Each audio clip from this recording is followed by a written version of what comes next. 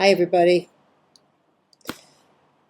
Uh, this is not going to be an easy video for me to make, an easy message, and I just feel like I need to comment on the shooting that happened in Highland Park.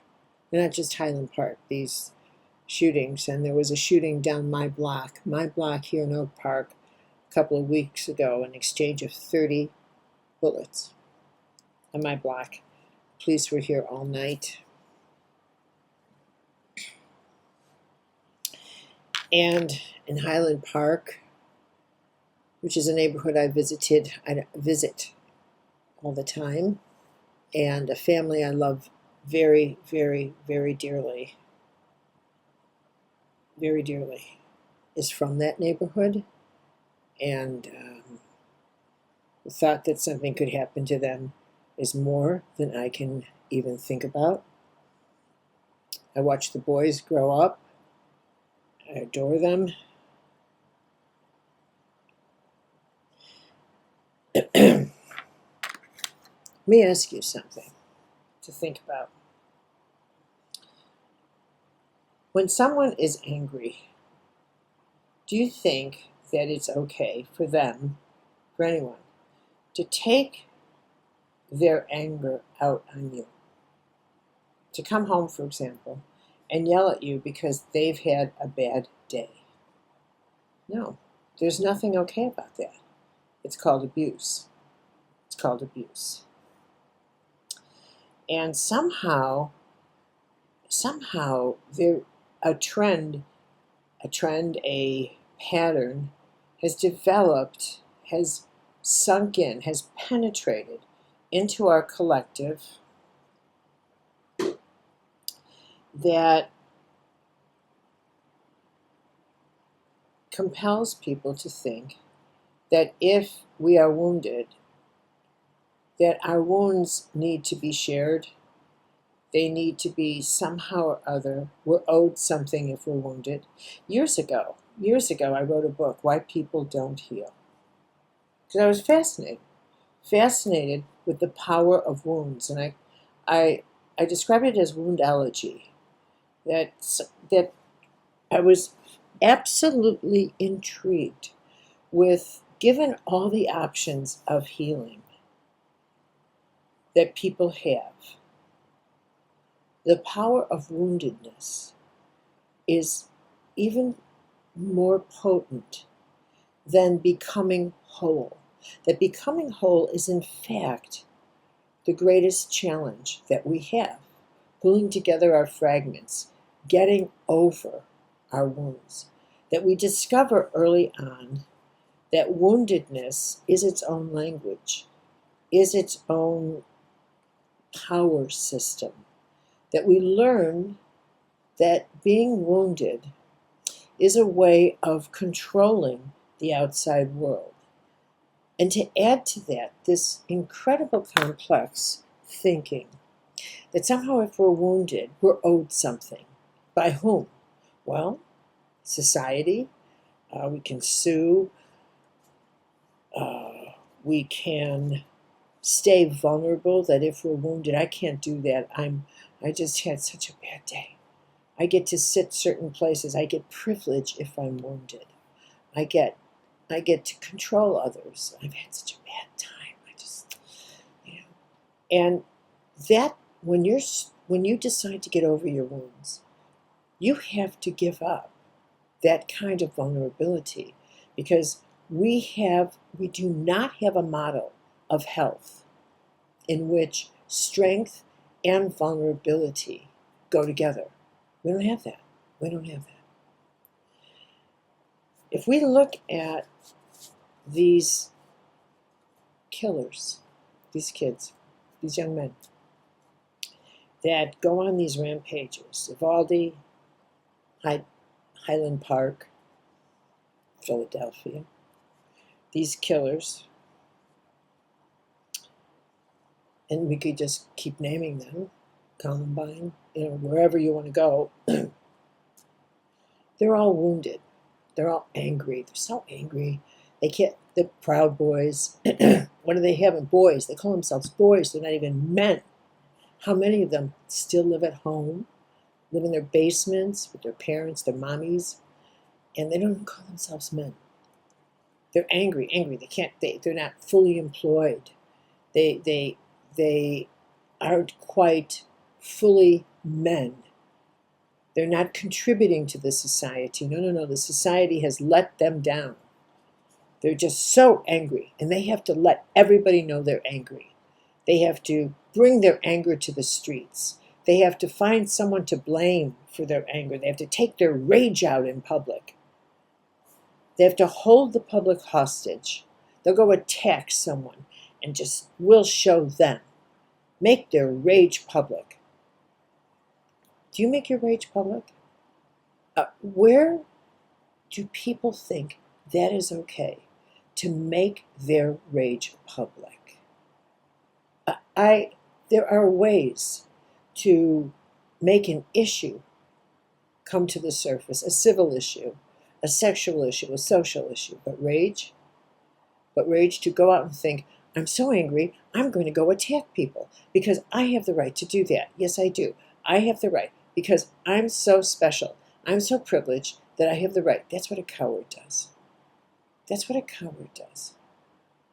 That's what people do who have absolutely no self-esteem, but they take anger and they use that as self-esteem. I am incredibly anti-Trump, and I'm not going to hide that anymore. He stood at a podium and said, I could shoot somebody on Fifth Avenue, it'd be okay. Right then and there, we should have said, that man can't go near a public forum again, much less ever run for president or hold public office. But no, nobody stood back and said, did you hear what that lunatic said? He unleashed such rage. And people said, yeah, he tapped into this anger. What are people so angry about? What? That society is changing? That, in fact, this country of ours is undergoing a major shift? The whole world is changing. Is anger going to change that? Oh, we're so angry. Everything in the country is, yeah, it is changing. It is changing because that's the nature of life. That is the nature of life. And if you look at this country, and you look at its pattern from the get-go, the forcible importing of people from another country for slavery, people coming over from Europe, people coming over from Asia, if you look with clear eyes, it had the makings of the first global nation ever. Not the first racially divided nation, but the first global nation with a constitution capable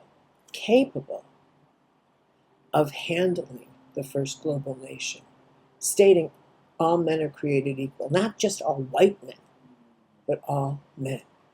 What is it in human nature that makes people so afraid of equality, that makes people so terrified that if there is generosity built into the system, it means we won't have enough if we help them out? We are now suffering from the fear of equality, from the fear of it, from the fear of our own Constitution, from the fear of equal rights for women. Oh, I see what we can do. Let's turn them back into incubators. Let's keep them out of the workplace. Let's keep them pregnant and force even a 10-year-old girl from Ohio who was raped. No, gotta have that child. Oh yeah, right. Are you kidding me? Are you kidding me? We're making foolish decisions for all the wrong, for reasons that are political, not moral, not ethical. When was the last time politicians actually stood at their podiums and debated moral and ethical reasoning? When? All they do is criticize each other, both sides, leveling criticism and bizarre ones, stupid ones that aren't even worthy of standing in the Senate or the House of Congress. Not at all. But a moral and ethical argument. When? We're being reduced to the lowest common denominator. The lowest. And the anger in the streets. And you know, it's so paradoxical. All these decisions, abortion based on Christian values. You know what Christian values are? Forgiveness and service to those in need. What are the two things Christ taught? Be my hands in the world. Be charitable. Be loving. Be forgiving. His message was very simple. But unfortunately, it got reduced to the second chakra, to the genitalia. And that's where it stayed. And that's where it stayed. So his mystical message, which was be forgiving. Because if you don't understand forgiveness, if you don't understand, you will stay wounded. And if you stay wounded, you will continue to wound. His message, and I'm not pushing Christianity, I'm using it because this is supposedly a Christian nation. But his message was, I'm going to tell you something. I'll live out every single excuse you use to get even with people, to take your wounds to the street. I'll be betrayed, accused of things that didn't happen. So I'll show you what injustice feels like. I'll be humiliated. I'll be beaten. I'll be slaughtered. I'll have to do something I don't want to do. Father, take this cup from me. I'll be abandoned by my friends and betrayed by them. And then I'll suffer the worst death possible. And then at the end, instead of getting even, I'll go through this because I have to trust that there is a greater map, a greater reason that is maneuvering this. And I will forgive this because I do not know the plan of eternity over my life. I am not the center of the universe. I serve the universe. He did not come to this earth because of some crazy off-planet God, some brutal, maniacal off-planet God who decided, you know what's going to make me happy? I'm going to send someone down and watch a sacrifice, and now I'm happy. And now all of you are forgiven. What a bunch of nonsense. He sent this enlightened human being down to say, you want to stop your madness? Each of you has to undergo your own crucifixion. You have to face that part of yourself that wants to crucify others, that wants to get even, that believes somehow or other you're the center of the universe and that your wounds are so significant that you have to make them public, go after others, claim retribution, as if that's going to help anything. You don't understand your place in the scheme of things. You have no idea how karma works, how dharma works, how your journey is constructed. You have to deal with your wounds from a higher place. And I give you forgiveness. I give you prayer. I give you grace. I give you mystical tools to handle the mysteries that are in you.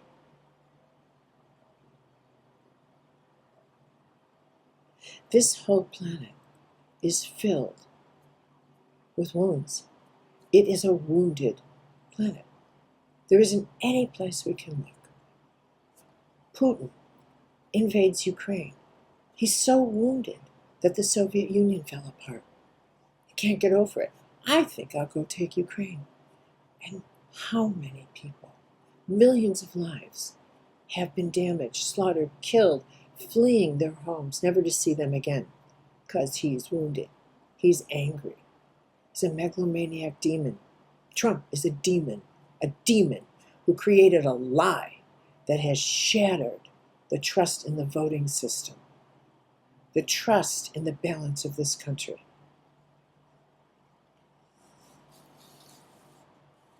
Guns. I resent incredibly that this nation is now a shooting gallery a shooting gallery, that neighborhood safe and calm, like my neighborhood, like Highland Park, are now neighborhoods where we have to worry about on my street, on anybody's street, on Ivaldi, anyone, call them any of these places, where parents have to worry about, is my child safe? It's a shooting gallery. Why do we, people who are peaceful, have to now worry and be held hostage by the Second Amendment right to have AR-15s? I'm sorry, but this is not okay. Because they're afraid of human beings. Something is terribly wrong. And it is up to every sane person who wants to create now and for the future a sane society, a safe society. Society where woundedness and anger does not, and prejudice and madness does not rule the voting machine.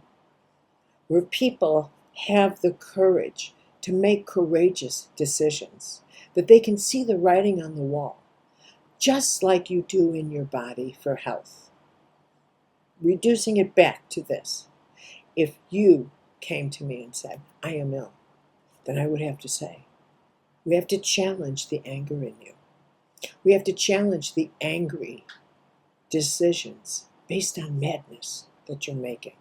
And if you can't challenge those, then get used to your illness, because it will dominate you. The violence in you will dominate you. The anger in you will dominate. And it will call the shots. And it's as simple as that. And you will have an angry body that thrives on illness. You'll have a mad mind that is driven by insanity, and a shattered heart that thrives on wrath. And if that's how you want to live, that will be the world you create.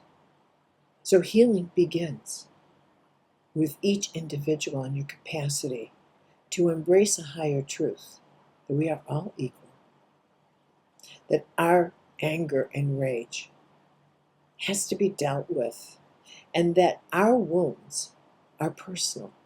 They don't belong in the public. They don't belong exposed. That nobody owes us anything because we're wounded. That this is a wounded world. And that each of us, it is up to us to go about our healing. And there are plenty of ways to do that. Plenty of ways. I'd be glad to do workshops on healing the wounded self. I'll do anything to help out. But we cannot bring our wounded self to the public. That is not the way we contribute to our human community. Thank you, everybody.